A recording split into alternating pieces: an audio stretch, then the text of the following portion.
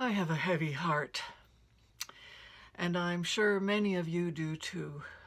I've been dealing with heaviness of heart all around me, it seems, because of the discovery of the remains of 215 children buried in unmarked graves outside a residential school in Kamloops. It's hit a nerve in all of us across the country. There is so much to lament and to rethink and to question about the underlying beliefs and structures that resulted in this horrific story. We found ourselves talking about it pretty well the whole time that we were together on Spirit Cafe. Residential schools were horrific on all accounts. The evidence for the systemic and targeted attacks against Indigenous children and communities is long-standing, well-documented, and glaringly obvious once you start paying attention to the facts. Residential schools existed long before Canada became a country, and they became a part of the very foundation upon which we were built. The eradication of Indigenous languages and culture was their main goal. Violence and sexual abuse also became the major cause for the generational trauma that continues to be a part of the story of so many lives of First Nations people today. It's why there are more Indigenous children in the child welfare system right now than there were at the height of the residential school system, because child welfare policy has never stopped targeting the separation and removal of Indigenous children from their families. It's like the first go-to response to a dysfunctional family or problems in a family. It's why Canadian prisons are ludicrously full of Indigenous young people. And it's why we chronically underfund Indigenous children's programs, schools, health systems, and their communities at every turn. It's why the government is still fighting survivors of residential and day schools in the courts as they struggle for their basic human rights. All of this despite the calls of the report of the Truth and Reconciliation Commission. The first step towards reconciliation and right relations is to face the truth about our history. It's not a happy truth. The United Church of Canada has been working on this, along with our Indigenous brothers and sisters within the Church, for a very long time. In 1986, we made an official apology.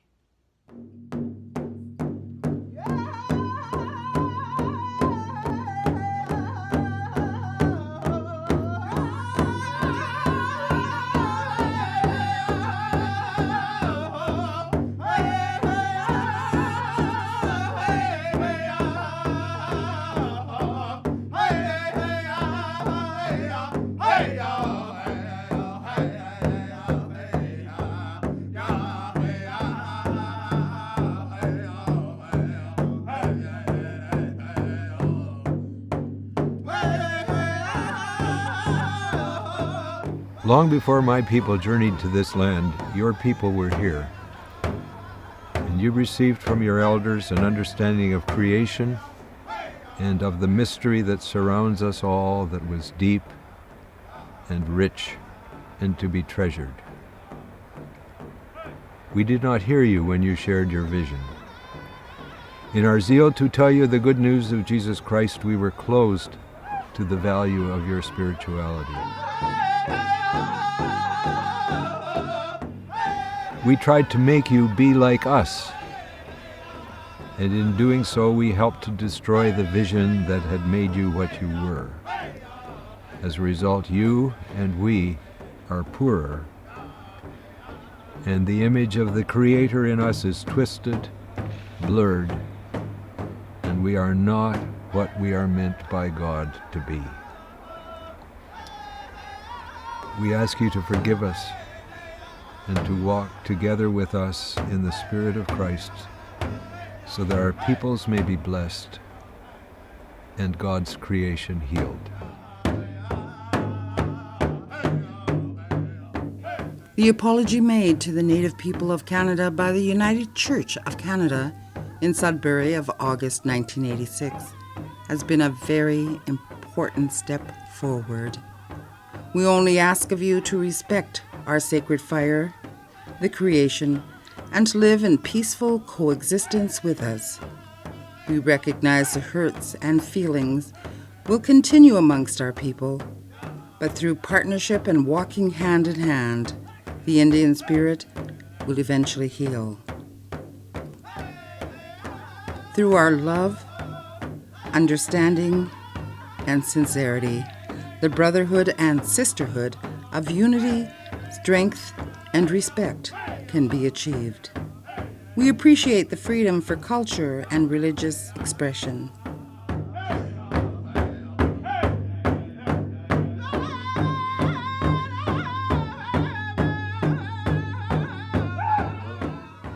I have waited my whole life to hear these words, not so much for myself as for my children and my grandchildren. Of course, I forgive you.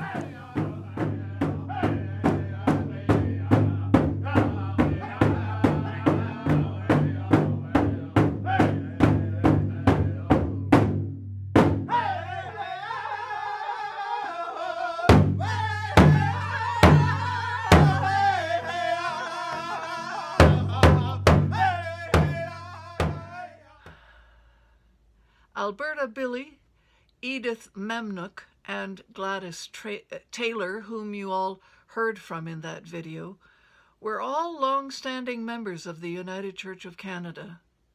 This is something that we were working out internally in our relations with one another as Christian brothers and sisters. It wasn't until 1998 that we actually apologized to former students of United Church-run Indian residential schools and to their families and their communities for our participation within the entire residential school system. Part of what we said at that time was, we know that many within our church will still not understand why each of us must bear the scar, the blame, for this horrendous period in Canadian history. But the truth is, we are the bearers of many blessings from our ancestors, and therefore we must also bear their burdens. It's the only way you move forward in history. During my first summer at St. John's in 2016, I made a special trip to Sudbury along with my grandsons Evan and Jaden to attend the 30th anniversary of the apology, which was made in Sudbury. It was wonderful to be a part of this historic event. Here's a photograph that is in the archives of the United Church.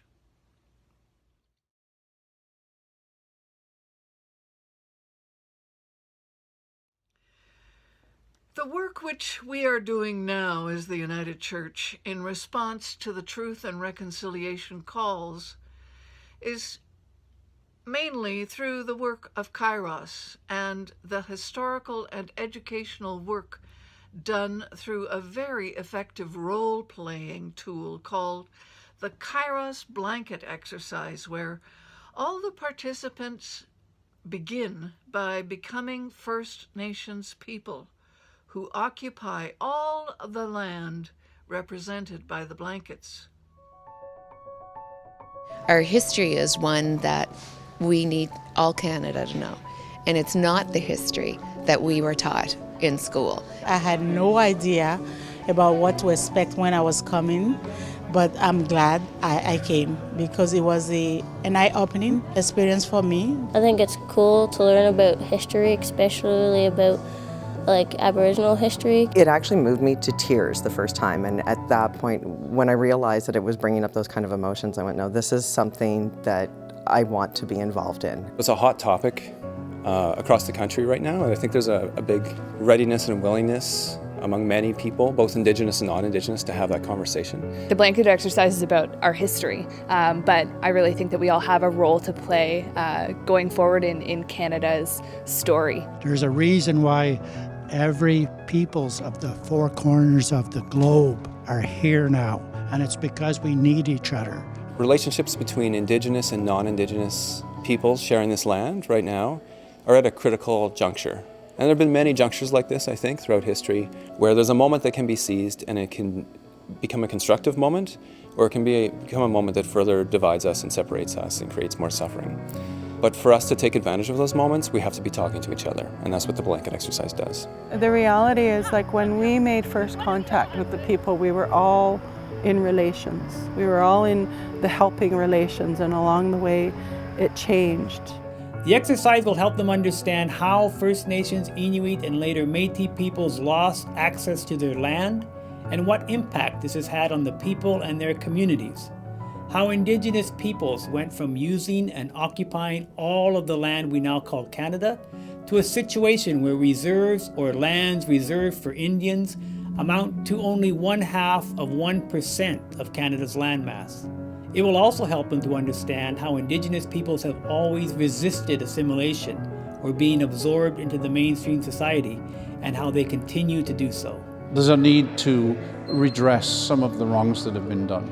I think the most important part of it is teaching new things to other people around us. It's really important that we share these things. You know, you never know where the connections can lead and how it can help other people. I'd recommend, certainly, that if people get an opportunity to participate in one of these, to take it, but also to try and make yourself more knowledgeable.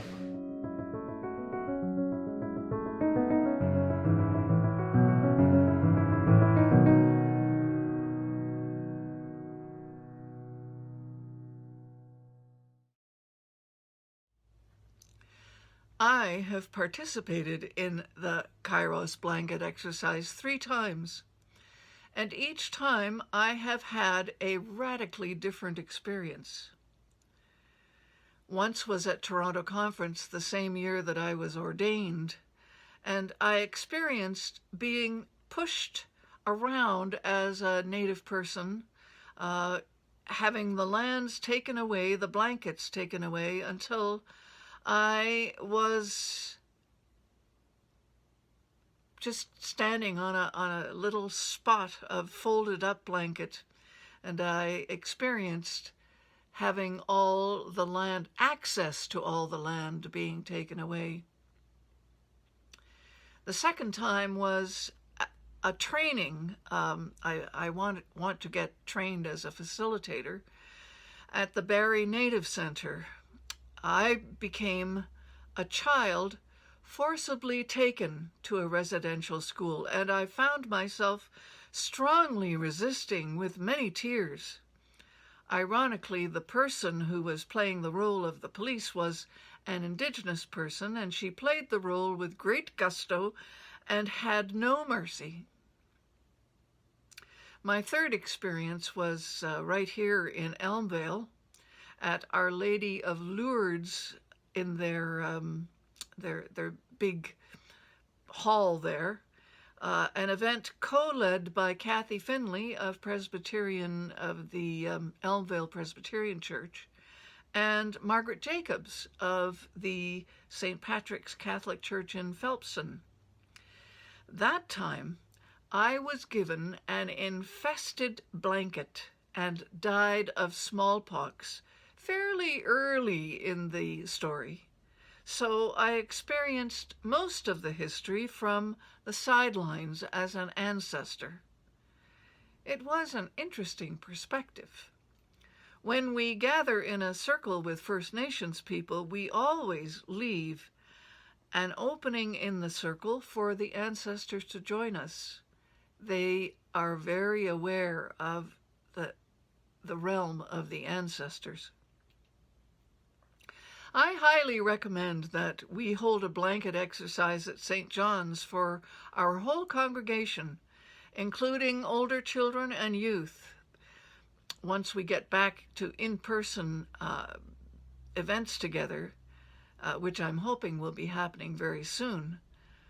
I can't think of a better way to grasp the whole picture of our history and acknowledge the truth of the deep hurts that have been done by our church and by our government and by our society. It's a great way towards reconciliation, knowing that God works with us despite all our mistakes, and there's nothing more healing than facing up to our mistakes and being able to move on.